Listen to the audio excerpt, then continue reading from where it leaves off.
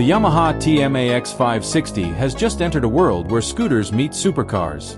Mansory has transformed Yamaha's Maxi-Scooter into the outrageous Mansory Mega Scooter, bringing supercar-style attitude to a machine built for the streets.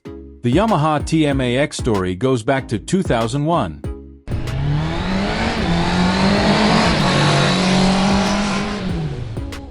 From the beginning, Yamaha wanted it to be more than a practical scooter. The TMAX combined automatic convenience with the performance, handling, and attitude of a motorcycle, helping redefine the maxi-scooter segment. Over the years, that formula kept evolving. Yamaha refined the engine, styling, chassis, and electronics while keeping the same basic idea: easy everyday riding without giving up performance. The TMAX became especially popular in Europe, where riders wanted comfort for long trips but still expected serious road performance. And then came the modern TMAX 560.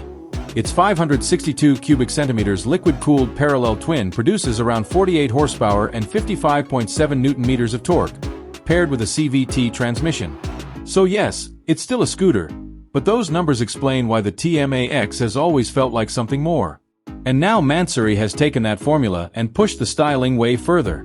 The Mansory Mega Scooter starts as a TMAX 560 and gets a turquoise-like finish, carbon fiber elements, Mansory badges, a revised front fascia, larger air intakes, and dramatic winglets inspired by hypercars.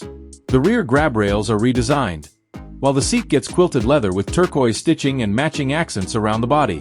Underneath, it remains a TMAX 560 with the same 562 cubic centimeters twin, 48 horsepower, 55.7 newton-meters, and CVT. There's no official price yet, but Mansory plans to offer conversion kits. So if a normal TMAX feels too ordinary, this might be the most extravagant way to fix that.